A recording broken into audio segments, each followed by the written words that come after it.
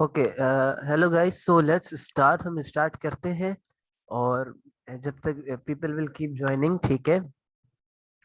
सो पहले I thought कि पूरा पेपर कराएंगे आज आपको, बट मेरी तबीयत कोई नासाज है, तो इस वजह से जो है वो like will try to do as much as possible. So let's begin the show और हम करते हैं क्वेश्चन नंबर 1। ठीक है, ये मौजूद है आप लोगों के सामने। ठीक है, if you guys can just tally कि आप लोगों को आवाज आ रही है तो चैट में लिख दे कोई भी एक आध बच्चा यस, ठीक है। सो ओके, ठीक है। So will start with that, ठीक है ना। हम इसको स्टार्ट करते हैं। सबसे पहला सवाल आपसे कह रहा है कि अकॉर्डिंग टू सोर्स से what changes came in the Indian politics in the aftermath of the battle of Buxar. Right, it's a source based question, straight forward, हमें यहीं से आंसर उठाना होता है, अपनी तरफ से कुछ नहीं करना होता, ठीक है। सो टेक्निकली बच्चे इसमें फंस इसलिए जाते हैं, हालांकि ये कॉम्प्रिहेंशन बेस्ड क्वेश्चंस होते हैं, ठीक। पहला वाला तो at least completely comprehension based question होता है। सोर्स भी जो होती है इट इज 30% कॉम्प्रिहेंसिव, ठीक है। सो क्वेश्चन नंबर 1 के पार्ट ए में it's just for 3 marks, you have to select 3 reasons. हमें 3 रीजंस बताने हैं, नॉट रीजंस एक्चुअली, ये कह रहा है कि चेंजेस क्या है, राइट। सो व्हाट चेंजेस, हमें इसमें अपनी तरफ से कुछ भी नहीं लिखना होता, ठीक है। We just have to follow the instructions which are given in the question। हमेशा इस सवाल को याद रखना कि बेस्ट तरीका यही होता है कि आपका जो आंसर हो आप उसको अकॉर्डिंग टू सोर्स है, राइट।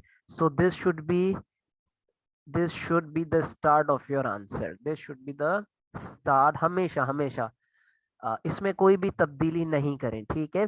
टेक्स्ट में अगर इस्तेमाल करते हुए आप सिनोनिम्स यूज कर लेंगे, जैसे चेंजेस की जगह पे आपने लिख दिया कि भाई transformation, so it is not a big deal, ठीक है। But ideally you should not do that, ठीक है।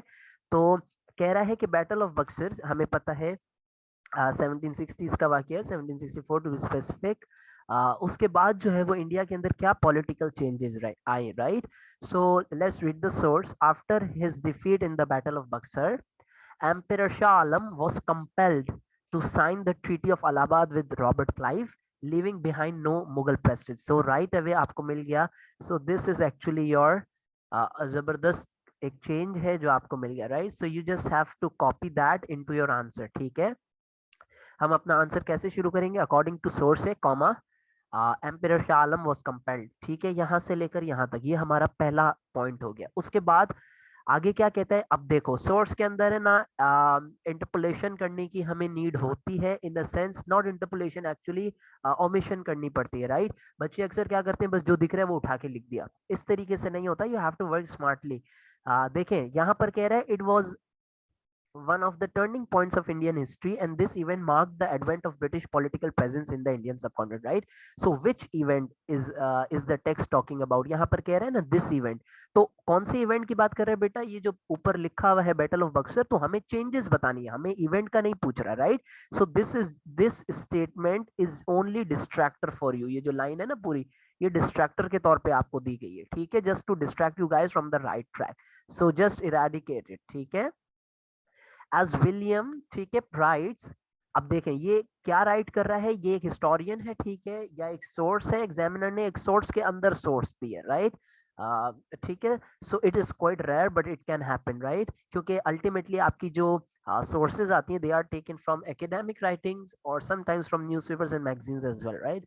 सो क्या कहता है, it was at this moment that the East India Company ceased to be a conventional corporation trading and silks and spices and became something much more unusual। तो अगर तुम लोग examiner को ये लिख के दोगे अकॉर्डिंग टू सोर्स है, पहला ये जुमला, उसके बाद ये लिखोगे EIC became more unusual, तो ये तो कोई सेंस ही नहीं बना रहा है, राइट।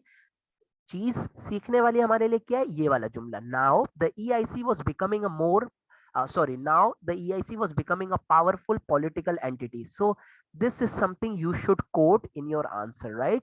ये हमारा सेकंड पॉइंट होना चाहिए, the EIC was becoming a powerful।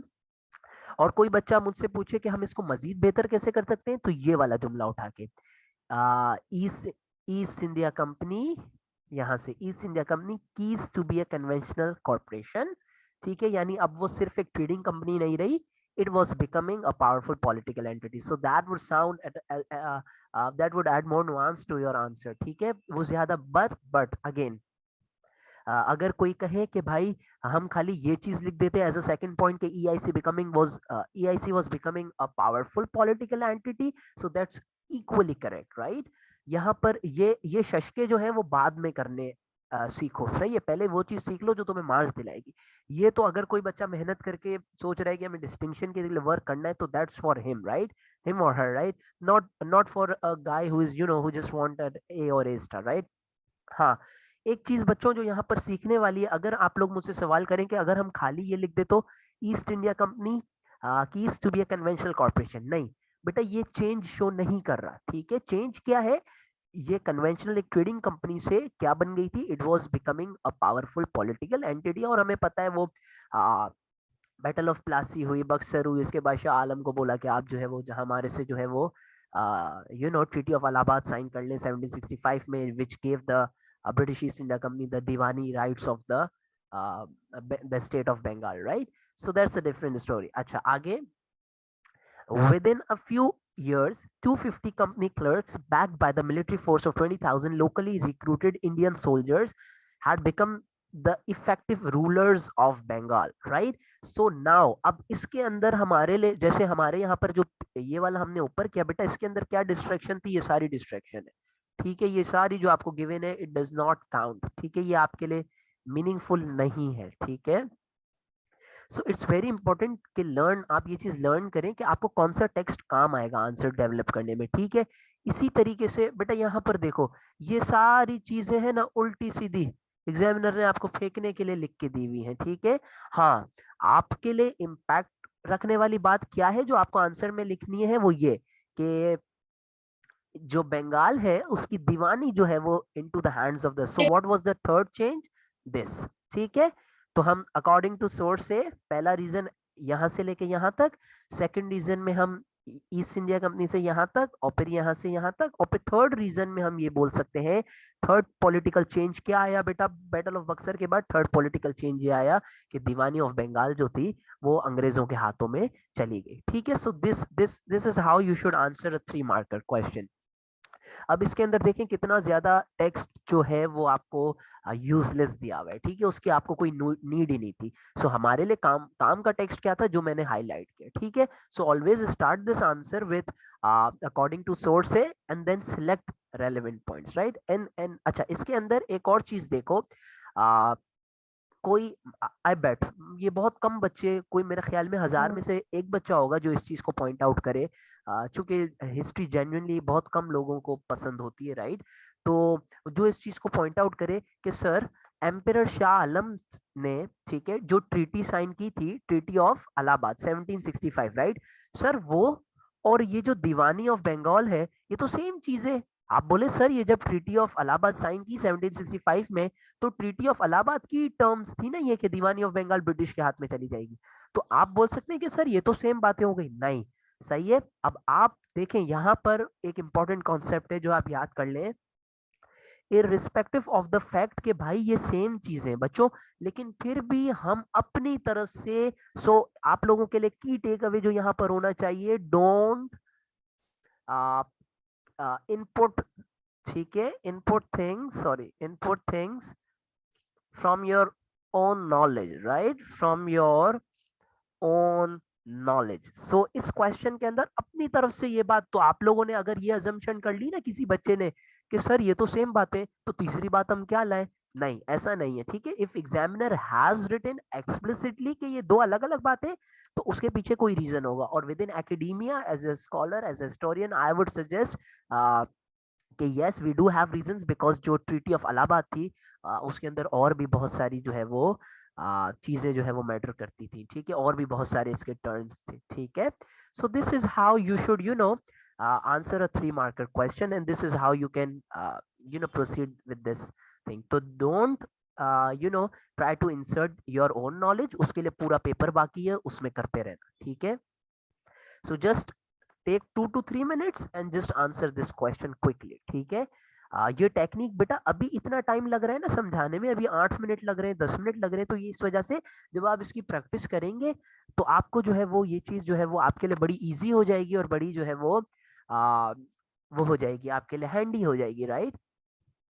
So this was our first question for 3 marks, right.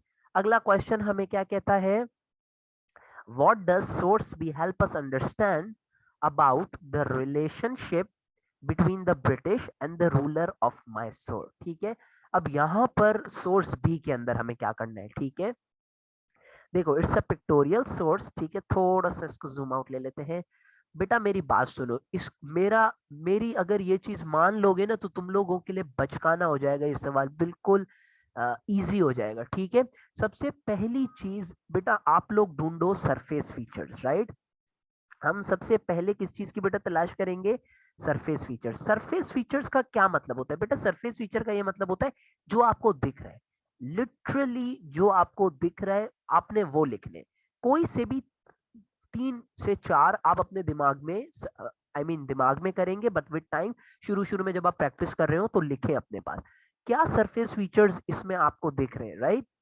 सो सबसे पहले यू वुड से कि हमें क्या दिख रहा है, सबसे पहले हमें दिख रहा है कि ब्रिटिश, ठीक है, these are the British and these are the Indians. So I would say कि ब्रिटिश, पहला सरफेस फीचर मुझे ये दिख रहा है कि British fighting with local Indians, right, with local Indians, ठीक है।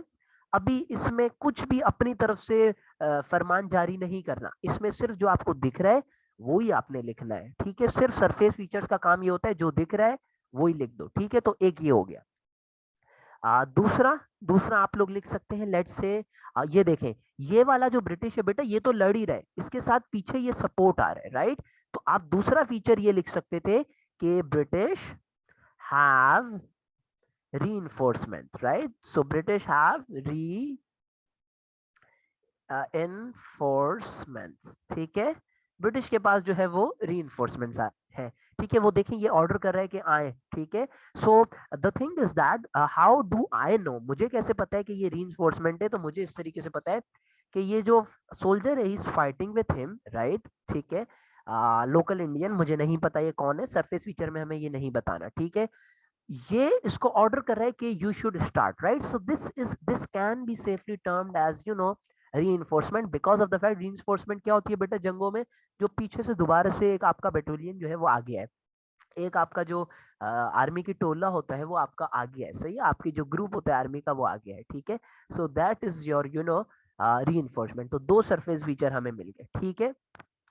और क्या सरफेस फीचर्स हैं, बहुत सारे सरफेस फीचर्स इसके अंदर हैं। जैसे फर्स्ट करो हॉर्स, ये हॉर्स दिखाया गया है, ठीक है, इसको गौर करो, ठीक है। सो हॉर्स आपको दिख रहा है। इसके अलावा आप बोल सकते हैं कि देखिए बेटा यहाँ पर ब्रिटिश भी गिरे पड़े हैं, ठीक है, अंग्रेज भी हैं, इंडियंस भी हैं। So you can write it कि भाई man from both sides, man from both sides have been killed, ठीक है। सो देखिए इस तरीके के आप जो है वो बहुत सारे सरफेस फीचर्स ड्रॉ कर सकते हैं। जैसे आप बोल सकते हैं, लेट्स से एक और लिख लेते हैं कि crown can be seen on the ground, ठीक है बेटा, ये रहा क्राउन, ये बहुत इंपॉर्टेंट सरफेस फीचर है, can be seen on the on ground, ठीक है। अब इन सरफेस फीचर्स का करना क्या, अचार तो डालना नहीं है इन सरफेस फीचर्स का, इन सरफेस फीचर्स को हमें कनेक्ट करना है। कनेक्ट करने से पहले actually what we have to do is that कि हमें इन सरफेस फीचर से कंक्लूजन्स ड्रॉ करने कि हम इससे क्या सीखते हैं, राइट, ठीक है। सो हमें ये करना है कि वी हैव टू एक्चुअली ये जो चर्च है, so like if you are still here, जिसने ये लिखा है तो वो क्लास के बाद रुक जाए, and then I can give you हर चीज आपको समझा सकते हैं तफसील से, ठीक है। सो जाहिल नहीं बने, सीखने के आलम में आए हैं, जाहलत नहीं शो करें अपनी, और देखिए आप करते रहे, हमें कोई फर्क नहीं पड़ता, ठीक है। सो गाइज ये सरफेस फीचर है, ठीक है। अब इसको कनेक्ट करना है हमें कंक्लूजन से, राइट, इन्फ्रेंसेस से, हमें अब इससे ड्राइव करने, नताइज ड्रॉ करने, ठीक है, कि हम इससे क्या सीखते हैं। तो let's say British fighting with local Indians, right, इससे हमें क्या नतीजा मिल रहा है बेटा, आप लोग क्या इन्फर कर सकते हो। यानी मैं ये कह रहा हूँ कि एक सरफेस फीचर है जिसमें मुझे ब्रिटिश और इंडियंस दोनों फाइट करते हुए दिख रहे हैं। सो इसका इन्फ्रेंस क्या होगा बेटा, इससे क्या कंक्लूजन? तो आप लोग basic conclusion without connecting it to the history आप ये कंक्लूजन ड्रॉ कर सकते हो बेटा। आप you will say let's say इसमें मुझे कंक्लूजन लिखना है तो आई वुड से कि there must be a reason for this fight, right? ये जंग हो रही है तो इससे मैं क्या कंक्लूड कर रहा हूं कि कोई ना कोई रीजन होगा, there must be a reason for this fight. पहला, जैसे ब्रिटिश हैव रीइंफोर्समेंट, तो बेटा इससे आप क्या कंक्लूड कर सकते हो? इससे आप ये कंक्लूड, अच्छा आप कोई बच्चा बोले इससे हम ये कंक्लूड करें कि भाई उस वक्त ब्रिटिश के पास बड़ी फोर्सेस थी इंडिया के अंदर, नहीं, वो आपने अगेन हिस्ट्री से कनेक्ट कर दिया। विदाउट कनेक्टिंग टू हिस्ट्री आप क्या कंक्लूड कर सकते हैं बेटा?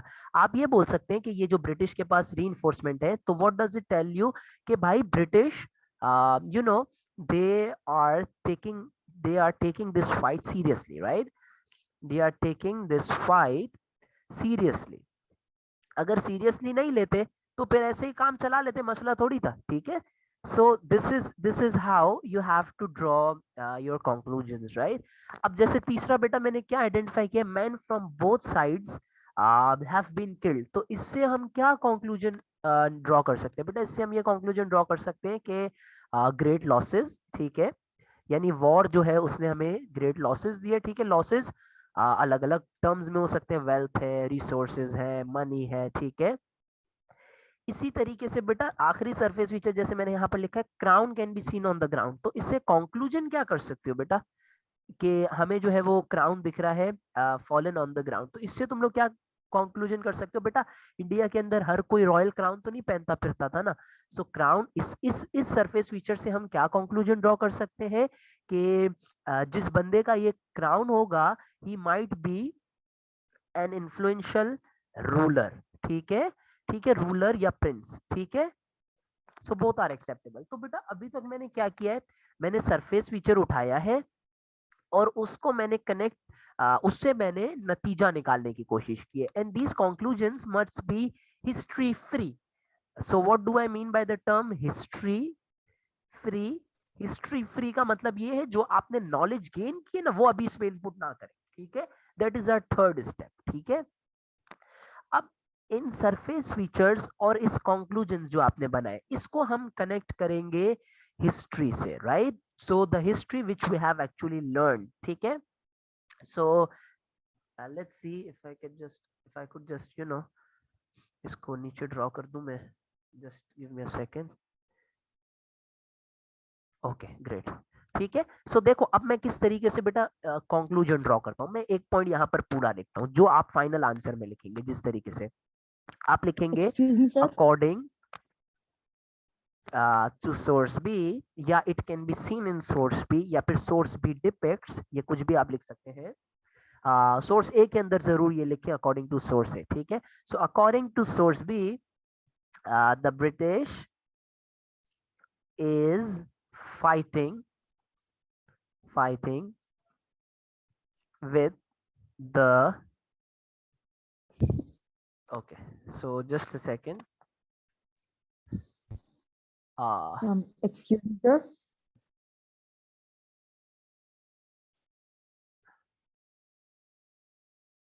ठीक है? सो चूंकि हमारे साथ दोस्तों बहुत जाहिल लोग भी बैठे हुए हैं, सो हमें जो है वो बर्दाश्त करना पड़ता है। I am so sorry guys. हाँ अब करके दिखाओ ना कुछ, हो गया? अरे एक बंदा लिबरल है, तुम्हें लिबर्टी दे रहा है, तुम उसको भी गलत इस्तेमाल कर रहे हो, बेवकूफों। कुछ अच्छा लेके आओ, सही है? So let's move on. और हम जो है वो बात कर रहे थे, सो क्या अकॉर्डिंग टू सोर्स भी the British is fighting with the local Indians, right? ठीक है, अब इससे बेटा हमने कंक्लूजन क्या निकाला था, ये रहा। So according to source B, the British is fighting with the local Indians, and they would have serious reasons for that, right?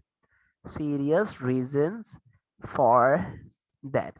अब बेटा हमें इसको हिस्ट्री से कनेक्ट करना है, ठीक है?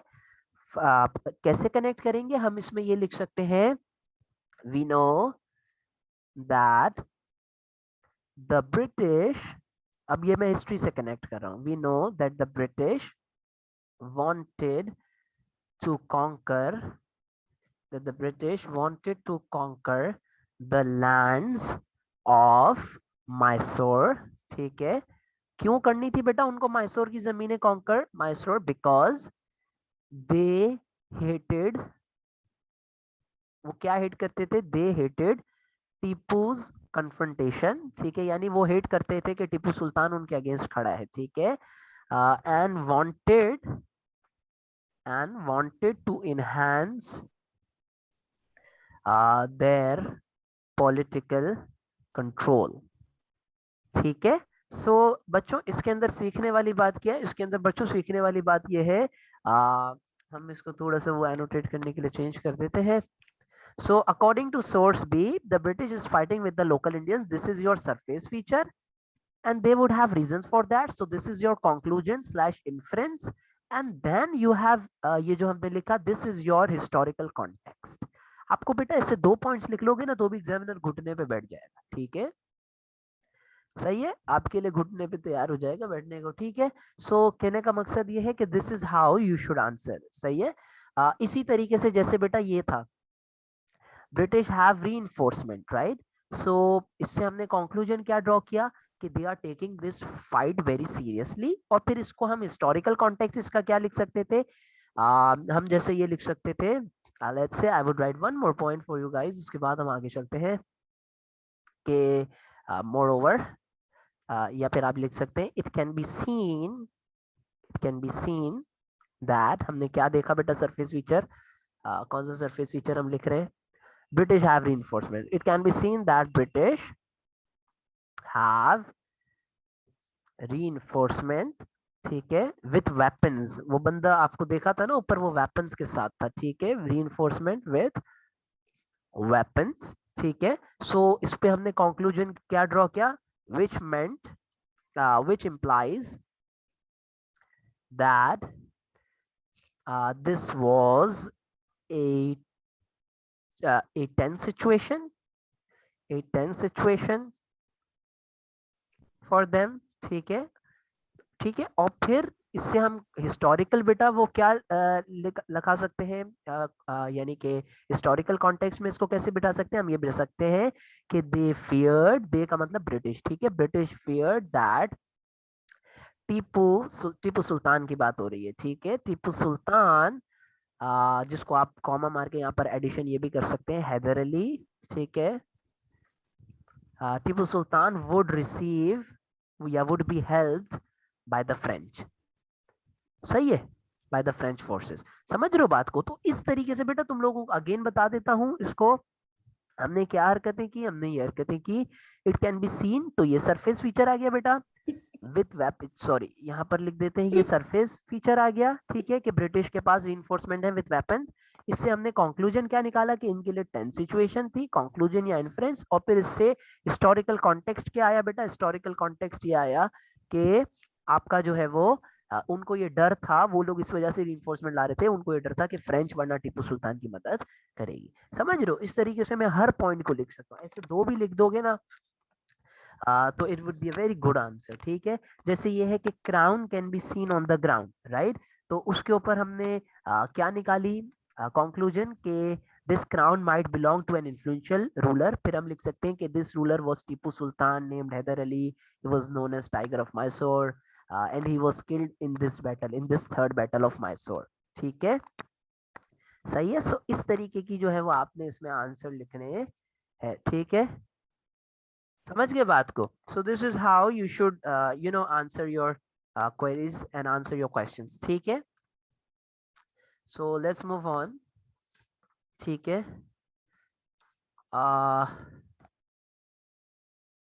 ये हमारा हो गया 5 मार्क का क्वेश्चन, ठीक है। सो नाउ हमारे पास जो क्वेश्चन है that is of 7 marks, why was doctrine of lapse opposed by the Indians, ठीक है, डॉक्ट्राइन ऑफ लैप्स को इंडियंस ने क्यों अपोज किया था, ठीक है। इसके अंदर बहुत सारे रीजंस हो सकते हैं और ये one of the very common question आता है, what was the doctrine of lapse, या फिर जब आप वॉर ऑफ इंडिपेंडेंस का जिक्र करते हैं उसके अंदर बेटा आप लोग इस चीज का जरूर जिक्र करते हैं। So what I am concern with that कि एक अच्छा आंसर किस तरीके से आप बना सकते हैं। सो लेट्स सी एक्चुअली, इसको थोड़ा सा चेंज कर देते हैं, and if I can just bring it down, ठीक है, ओके। सो इसको मैं आंसर करने की कोशिश करता हूं यहाँ पर, ठीक है। सो लेट्स सी। सो बेटा सबसे पहले याद रखो, एक सिंपल स्टेटमेंट दो, जैसे फर्ज करो तुम बोलोगे कि लॉर्ड डेलहाउजी, ठीक है, जो मैंने आप लोगों को लिखवाया था, who served as governor general of India, ठीक है, कब से लेके कब तक, 1848 से 56, ठीक है, introduced the doctrine of lapse in 1852, which was hated, ठीक है, which was hated on several counts, right? मुख्तलिफ रीजंस थे जिस वजह से इन्हें जो है वो हेट किया गया था, ठीक है।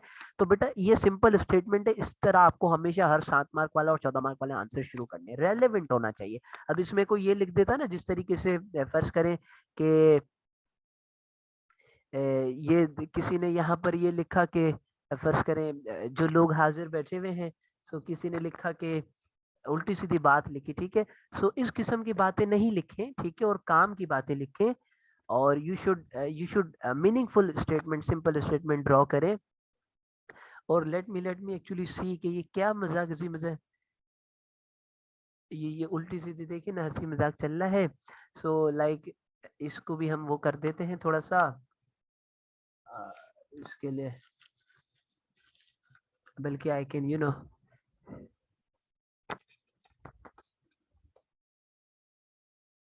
नो, ठीक है। सो अब करके दिखाएं चैट्स, ठीक है। अब मजा आ गया। So now let's begin. तो ये हमने सिंपल स्टेटमेंट दिया, उसके बाद हम क्या लिख सकते हैं, हम लिख सकते हैं कि लेट्स से फर्स्टली हम इसको रीजनिंग में शुरू कर सकते हैं। एक रीजन मैं आप लोगों को बता देता हूँ, ठीक है। आपको लिखने हर रीजन बेटा इसी तरीके से, ठीक है। या हम इसको इस तरीके से, लेट्स फर्स्टली को हटा दो, बोरियत हो जाती है फर्स्टली लिख के, हर कोई यही लिख रहा होता है। सो समटाइम्स अ रूलर और प्रिंस, जो भी आपने लिखना है, wished to give his land, wished to give his land to his next किथ और किन, ठीक है। वो अपने अक्सर उनके बच्चा नहीं हुआ करता था ना लीगल हेयर बेटा, तो वो क्या करते थे, अपने आसपास पड़ोसी चाचा मामा के बच्चों को दे दिया करते थे, ठीक है।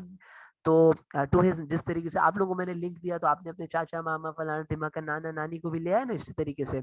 सो टू हिज नेक्स्ट किथ और किन, ठीक है। तो हमने यहाँ पर लिखा कि अ रूलर या prince wish to give his land to his next kith और किन, यानी क्लोज रिलेटिव, जैसे कजिन हो गया, इन Excuse me, sir. Case he did not have a Hello, male excuse me, sir. hair, Can you hear सही me? है। सो ये एक मैंने बात लिखी कि बेटा होता ये था कि बाजू का किसी का मेल हेयर नहीं होता, वो क्या करते थे, अपने आसपास पड़ोसी को दे, पड़ोसी इन सेंस के Hello. रिश्तेदार को, नियरेस्ट किथ एंड किन्स, ठीक है। Hello. So it Hello. Was Hello. practice in India, it was a traditional Sir, practice can you hear me? Hello. in it was a traditional practice in India, ठीक है। अब क्या हुआ, full stop के बाद लिखे doctrine of lapse rejected it, ठीक है। अब इसकी मिसाल भी दे सकता हूं मैं, ठीक है। इसकी मिसाल क्या दे सकता हूं मैं, इसकी मिसाल दे सकता हूं, फर्स्ट करें फॉर एग्जाम्पल, मैं ये कह सकता हूं फॉर इंस्टेंस, आप उसको, आप लोगों ने सबने केस सुना होगा, द नवाब ऑफ ओध, ठीक है।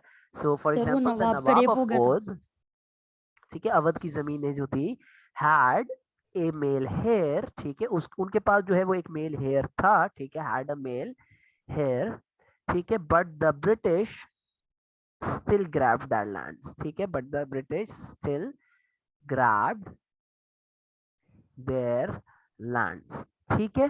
सो कहने का मकसद क्या है, फिर आप लिख सकते हैं कि देयरफॉर या हेंस, जो भी आपने लिखना है, Indians opposed doctrine of labs, ठीक है।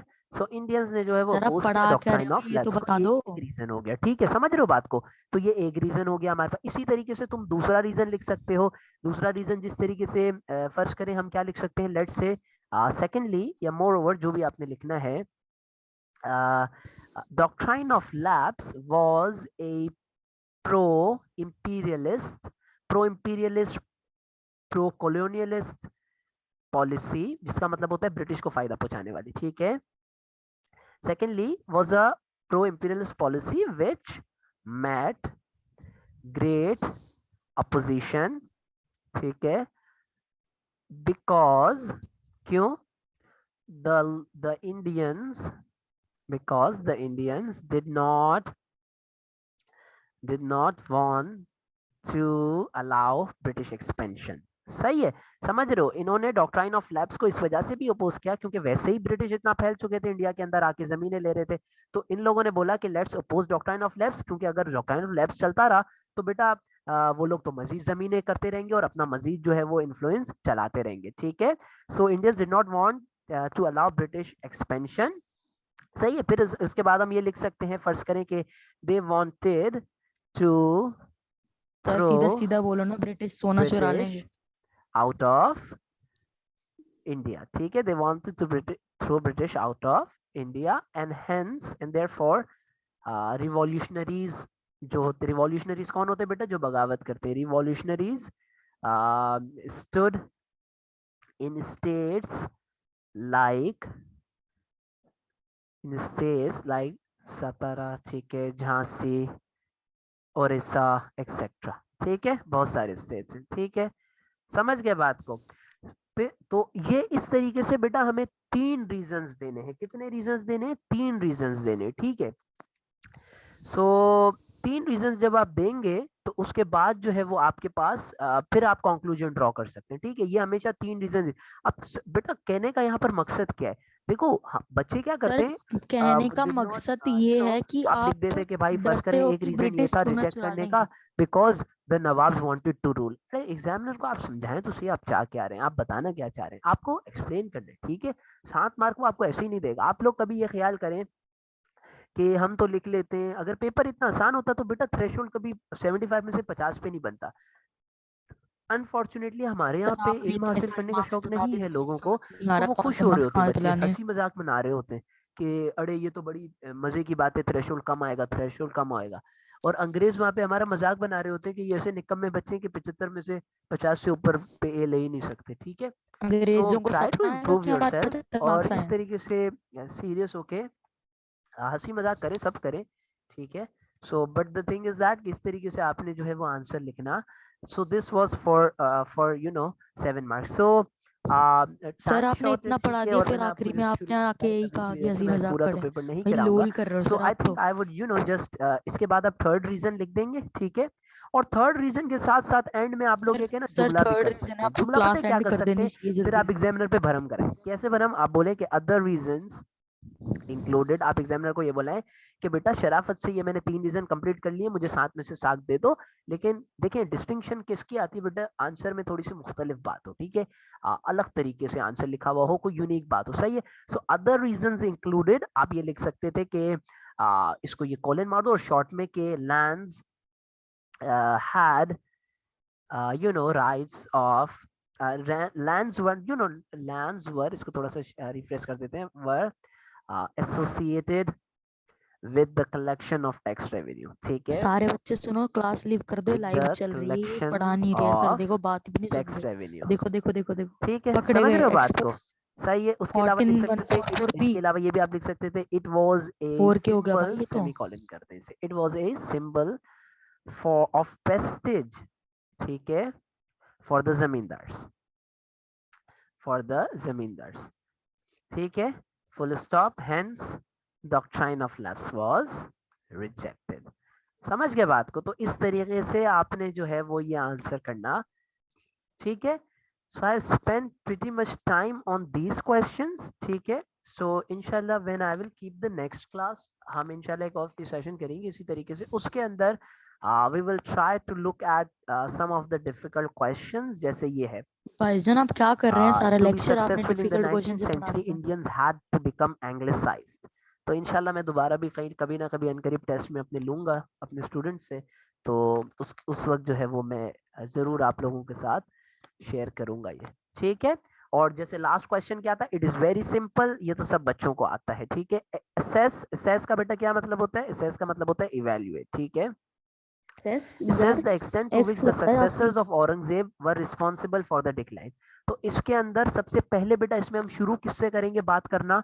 औरंगजेब के सक्सेसर से बात करना स्टार्ट करेंगे। लेकिन अगेन सबसे पहले आप सिंपलिस्टिक स्टेटमेंट देंगे कि फर्ज करें कि भाई औरंगजेब, देखिए एक शॉर्टकट में आप लोगों को चीजें बताता हूँ। जैसे आप लोग पार्ट डी का आंसर जब शुरू करेंगे ना गाइस, तो इस तरीके की चीजें किया करो, so this makes good impression. जैसे औरंगजेब, अब तुम लोगों को डेट तो याद होगी सबको, सो 1707 साथ में डाल दो, तो it leaves a good impression. Aurangzeb was the last great Mughal emperor, ठीक है, was the last great Mughal emperor. और फिर हम लिख सकते हैं कि आफ्टर हिम, उनके बाद क्या हुआ था? We know that after him Mughal empire declined rapidly, ठीक है, फॉर डिफरेंट रीजंस। सही है। अब देखो ये 10 मार्क का सवाल है, 14 मार्क इतनी लंबी नहीं करना, सही है, उससे थोड़ा सा कम, लेकिन डिफरेंट रीजंस को कोशिश करो और एक्सप्लेन करने की, सिर्फ लिख कर चलते नहीं बनो। स्टेट का नहीं सवाल होते, इसमें आपको डेवलप करने पड़ते हैं पॉइंट्स। सेज द एक्सटेंट, तो कह रहा है औरंगजेब के सक्सेसर्स, राइट। तो सबसे पहले सक्सेसर्स की बात करो कि सर भाई वो जो है लेट्स वो प्ले माइनक्राफ्ट सब हमेशा जो है वो साथ में ड्रग्स पीते माइनक्राफ्ट थे, खेलेंगे। Drugs in hello the sense alcohol diamond and ढूंढने की लेविश इधर। Life, hello extravagance, internal succession dispute, so on so fourth. फिर ये बताओ उससे हुआ क्या? उससे ये हुआ कि मुगल्स के पास सर रिसोर्सेज इज नहीं इट अ बचे, फेक आर्मी क्लास को और सही व्हाट? तनख्वाह नहीं दे सक रहे थे, and so on so fourth. जैसे फॉर एग्जांपल फिर हिस्टोरिकल एग्जांपल्स भी दे कि बहादुर शाह जफर जो है वो पोइट्री में बिल्कुल ही धुत था, बहादुर शाह जफर टू, ठीक है। So these kinds of sir stuff, आप ठीक कान है। से अंधे हो तो क्या? We will keep another session, so उसमें हम इंशाल्लाह दूसरी चीजें भी डिस्कस करेंगे, ठीक है। सर सो जल्दी थैंक यू वेरी जाना। Much guys. और किसी को कोई सर सवाल है इतनी देर के बैठो, आप जा रहे हो तो बाहर आप बाहर, लोग यू कहीं कैन जा ही नहीं रहे हो। जस्ट यहाँ पे ये नंबर लिखा हुआ है, meeting will and in just few seconds, ठीक है। विल मीट इंशाल्लाह नेक्स्ट टाइम। तो ये नंबर है, you can either contact me, और आपको जो भी सवाल हो